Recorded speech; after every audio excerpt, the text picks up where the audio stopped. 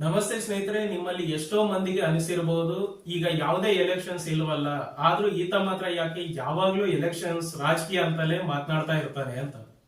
ಸ್ನೇಹಿತರೆ, ಐಡಿಯಾ ಸಂಘದ ಮುಖ್ಯ ಉದ್ದೇಶವೇ ರಾಜಕೀಯ ಅರಿವು ಮತ್ತು ಸುಧಾರಣೆ. ನಾನೀಗ ಮಾತನಾಡೋ ಯಾವುದೇ ವಿಷಯಗಳನ್ನ ಎಲೆಕ್ಷನ್ಸ್ ಟೈಮ್ ಅಲ್ಲಿ ಮಾತನಾಡಿದ್ರೆ ನಿಮ್ಗೆ ಯಾರಿಗೂ ಅದು ತಲುಪೋದಿಲ್ಲ. ಸೋಷಿಯಲ್ ಮೀಡಿಯಾದ ಟ್ರಾಫಿಕ್ ನಲ್ಲಿ ನಮ್ಮ ಗಾಡಿ ಎಲ್ಲಿ ಸಿಕ್ಕಾಕೊಂಡಿರುತ್ತೋ ಗೊತ್ತಿಲ್ಲ. ಅದಕ್ಕೂ ಮಿಗಿಲಾಗಿ ಎಷ್ಟೋ ಮಂದಿಗೆ ನಾವು ಹೇಳೋದು ಅರ್ಥವಾಗೋದು ಇಲ್ಲ. ಎಲೆಕ್ಷನ್ಸ್ ಟೈಮ್ ಅಲ್ಲಿ ನಾವು ತಳಮಟ್ಟದ ಯೋಚನೆಯಲ್ಲಷ್ಟೇ ನಮ್ಮನ್ನು ನಾವು ತೊಡಗಿಸ್ಕೊಂಡಿರ್ತೇವೆ. ಈ ಎಲೆಕ್ಷನ್ಸ್ ನಲ್ಲಿ ನಾನು ಎಷ್ಟು ದುಡ್ಡು ಮಾಡ್ಕೊಂಡೆ, ಇಲ್ಲಿ ನನ್ನ ಧರ್ಮವನ್ನ ಕಾಪಾಡೋ ಧರ್ಮ ರಕ್ಷಕ ಯಾರು, ನನ್ನ ಜಾತಿಯನ್ನ ಮುನ್ನೆಲೆನಲ್ಲಿ ಇಟ್ಕೊಂಡು ಇನ್ನ 5 ವರ್ಷ ಯಾವ ಯಾವ ಗುತ್ತಿಗೆ ತೆಗೆದುಕೊಳ್ಳೋದು, ಎಲ್ಲೆಲ್ಲಿ ಹಣ ಹೂಡಿಕೆ ಮಾಡೋದು, ಇದಕ್ಕೆ ಯಾರು ನನಗೆ ಸಾಥ್ ಕೊಡ್ತಾರೆ, ಬರೀ ಇಂಥದೇ. ನಮ್ಮ ತಲೆ ಅಷ್ಟೊಂದು ಬ್ಯುಸಿ ಆಗಿರುವಾಗ ಯಾರೇ ಬಂದು ಹಣಕ್ಕೆ ನಿಮ್ಮನ್ನ ನೀವು ಮಾಡ್ಕೋಬೇಡ್ರಪ್ಪ, ಧರ್ಮಕ್ಕಿಂತ ದೇಶ ದೊಡ್ಡದು, ರಾಜಕೀಯಕ್ಕೆ ಜಾತಿ ಅನ್ನೋದು ಭ್ರಾಂತು ಕಂಡ್ರಪ್ಪ, ಸೀರೆ ಹೆಂಡಕ್ಕೋಸ್ಕರ ನಿಮ್ಮ ಮನೆಗಳನ್ನ ಬೀದಿಗೆ ತಂದ್ಕೋಬೇಡ್ರಪ್ಪ ಅಂತೆಲ್ಲ ಕಿನ್ನರಿ ಬಾರಿಸಿದ್ರು ನಮ್ಮ ತಲೆಗಳಿಗೆ ಹತ್ತೋದೇ ಇಲ್ಲ. ಈಗಂದ್ರೆ ಬೇರೆ ಲೆಕ್ಕ. ಎಲೆಕ್ಷನ್ಸ್ ಅಬ್ಬರದ ನಶೆ ಇಳಿದ ಮೇಲೆ ನಿದ್ರೆಯಿಂದ ಎದ್ದೋರ್ತರ ನಿಜವಾದ ಬದುಕುಗಳಿಗೆ ಮತ್ತೆ ವಾಪಸ್ ಬಂದಾಗ್ಲೇ ನಮಗೂ ಅರ್ಥವಾಗೋದು, ಮತ್ತದೇ ಸೇಮ್ ಓಲ್ಡ್ ಫಾರ್ಮುಲಾಸ್ನೇ ಇಟ್ಕೊಂಡು ನಮ್ಮನ್ನ ಮೂರ್ಖ ಮಾಡಿದ್ರಲ್ಲ ಅಂತ. ಎಲೆಕ್ಷನ್ಸ್ ಟೈಮ್ ಅಲ್ಲಿ ತೆಗೆದುಕೊಂಡ ಚಿಲ್ಲರೆ ಕಾಸು ಈಗಂತೂ ಇಲ್ಲ.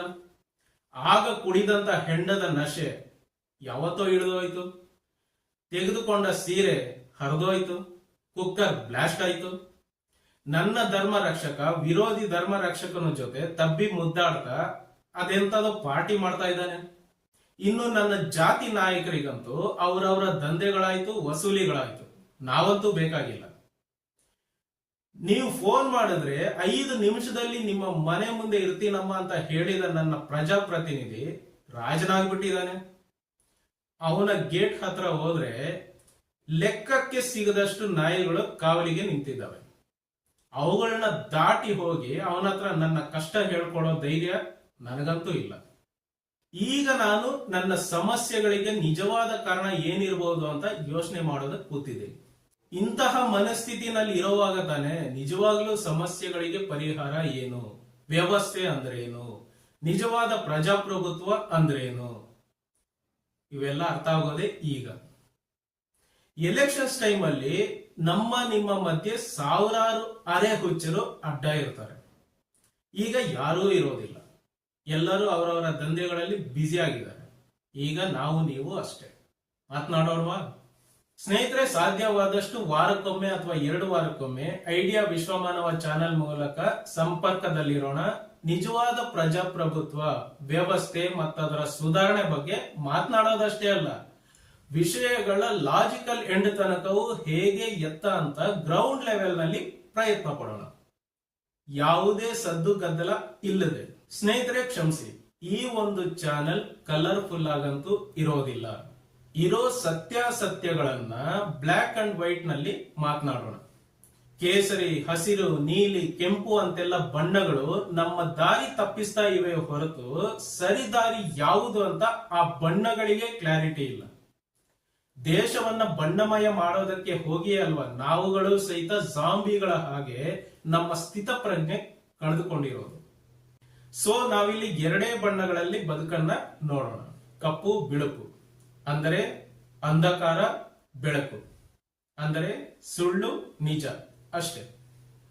ಸ್ನೇಹಿತರೆ ಒಪ್ತೇನೆ, ಬರೀ ಹೊಲಸು ರಾಜಕೀಯವನ್ನಷ್ಟೇ ನೋಡಿ ನೋಡಿ ರಾಜಕೀಯವನ್ನ ಮಾತನಾಡೋದೇ ತಪ್ಪು, ಕೇಳೋದೇ ತಪ್ಪು ಅನ್ನೋ ಮನಸ್ಥಿತಿಗೆ ನಾವು ಬಂದಿದ್ದೇವೆ. ಹಾಗಂತ ನಾವು ಇದರಿಂದ ವಿಮುಖರಾಗೋದಕ್ಕೆ ಸಾಧ್ಯವೇ ಇಲ್ಲ. ರಾಜಕೀಯ ವ್ಯವಸ್ಥೆ ಸರಿದಾರಿಯಲ್ಲಿ ಇದ್ದರಷ್ಟೇ ನಮ್ಮ ಬದುಕು ಸುಖಮಯವಾಗಿರುತ್ತೆ, ಸುಗಮವಾಗಿ ನಡೆಯುತ್ತೆ. ಕೋಟ್ಯಾಧಿಪತಿಗಳು ಇದರ ಬಗ್ಗೆ ತಲೆ ಕೆಡಿಸ್ಕೊಳ್ಬೇಕಾದ ಅವಶ್ಯಕತೆ ಇಲ್ಲ. ಅವರಿಗೆ ಹೇಗೆ ಬೇಕೋ ಹಾಗೆ ಇಲ್ಲಿನ ರಾಜಕೀಯ ರೂಪುಗೊಂಡಿದೆ. ಆದರೆ ತಲೆ ಕೆಡಿಸ್ಕೊಳ್ಬೇಕಿರೋದು ನಾವು ನೀವೇ ಸ್ನೇಹಿತರೆ.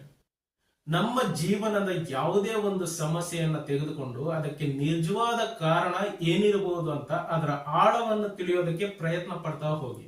ಅದು ಕಡೆಗೆ ಬಂದು ನಿಲ್ಲೋದು ಇದೇ ರಾಜಕೀಯದ ಅವ್ಯವಸ್ಥೆಯ ಹತ್ತಿರವೇ. ಸಮಸ್ಯೆ ಎಷ್ಟೇ ಚಿಕ್ಕದಿರಲಿ ದೊಡ್ಡದಿರಲಿ ಅದಕ್ಕೆ ಮೂಲ ಕಾರಣ ರಾಜಕೀಯದ ಅವ್ಯವಸ್ಥೆಯೇ ಹೊರತು ನಿಮ್ಮ ಪೂರ್ವ ಜನ್ಮದ ಕರ್ಮಗಳೂ ಅಲ್ಲ, ನಿಮ್ಮ ಹಣೆ ಬರಹವೂ ಅಲ್ಲ, ನಿಮ್ಮ ವಿಧಿಯಾಟವೂ ಅಲ್ವೇ ಅಲ್ಲ. ದಯವಿಟ್ಟು ರಾಜಕೀಯ ಶಿಕ್ಷಣವನ್ನು ನಿರ್ಲಕ್ಷ್ಯ ಮಾಡಬೇಡಿ. ನಮ್ಮ ಅಲಕ್ಷ್ಯ ಅವರ ಲಕ್ಷ್ಯ. ಈಗಲೇ ಈ ದಿನದಿಂದಲೇ ನೀವು ತಿಳಿದುಕೊಳ್ಳಿ, ನಿಮ್ಮ ಮಕ್ಕಳಿಗಂತೂ ಖಂಡಿತ ರಾಜಕೀಯ ಶಿಕ್ಷಣ ಕೊಡಿಸಿ. ಹೌದು ಸ್ನೇಹಿತರೆ, ಒಪ್ತೇನೆ, 100 ವರ್ಷಗಳ ಹೊಲಸು, ಹೌದು ಗಬ್ಬು ನಾರುತ್ತೆ, ಆದರೆ ಯಾವತ್ತಾದ್ರೂ ಕ್ಲೀನ್ ಅಂತೂ ಮಾಡ್ಲೇಬೇಕಲ್ಲ. ಆ ಹೊಲಸಲ್ಲೇ ಅತೃಪ್ತರಾಗಿ ಸಾಯೋ ಬದಲು ಮಾಸ್ಕ್ ಹಾಕೊಳ್ಳಿ, ಗ್ಲೌಸ್ ಹಾಕೊಳ್ಳಿ, ಪೊರಕೆ ಎತ್ಕೊಳ್ಳಿ, ಬನ್ನಿ ರಾಜಕೀಯವನ್ನ ಶುದ್ಧ ಮಾಡೋಣ. ಜೈ ಕರ್ನಾಟಕ, ಜೈ ಹಿಂದ್.